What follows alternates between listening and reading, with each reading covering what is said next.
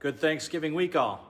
I want to dig into this whole 50-year mortgage idea. I see a lot of things on the internet. I see things from my colleagues in the industry, loan officers who decry the 30-year term as not nearly enough. And they see the 50-year mortgage as something that would be more affordable, especially for first-time home buyers. And so I wanted to dig into these numbers a little bit just to see if the numbers really match the rhetoric.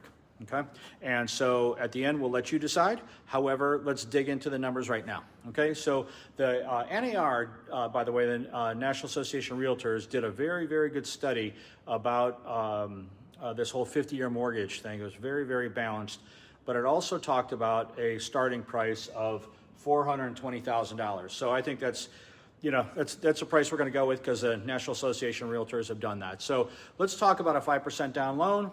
First-time home buyer territory. So 5% down loan on a 30-year fixed versus a 5% down loan on a 50-year fixed. Okay, on a 30-year fixed, $2,456.71, and on a 50-year loan, it's $2,400.73. And so for you, those of you with a financial calculator, you'll say, "Gosh, those numbers don't seem right."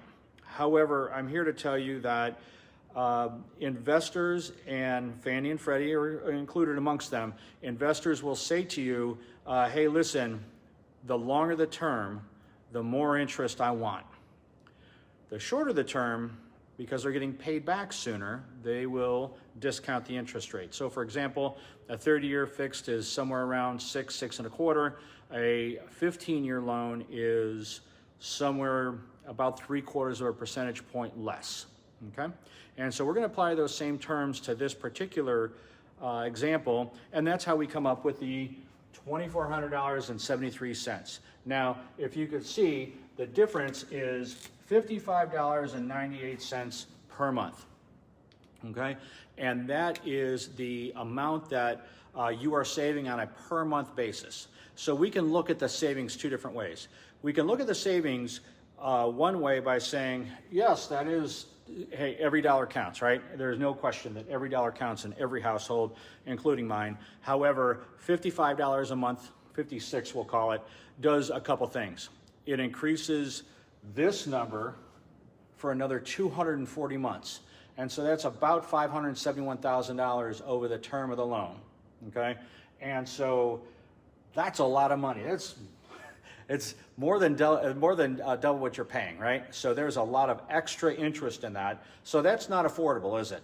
Affordability says you pay down the loan on a little bit more of a routine and frequent basis. Okay. The other way you can look at that is say, well, how much more could I borrow with $55.98 per month over the course of 50 years?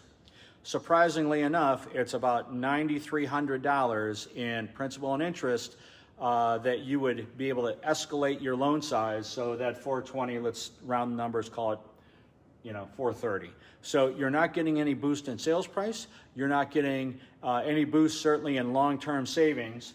And as the NAR pointed out, it takes you 3 times longer to pay down your home to zero. So, or even the half-life of it, okay? So half of the pay down. So I think that we've discovered here that this is not an affordable way to solve any kind of financial issues. I think the current administration has done a tremendous job of bringing prices down. They've brought inflation down. This is not a place for politics, but I will say that things are coming down shortly and gently. However, this particular idea, I think we decided was a bust, because that is not a good deal for any homeowner that is buying a $420,000 house.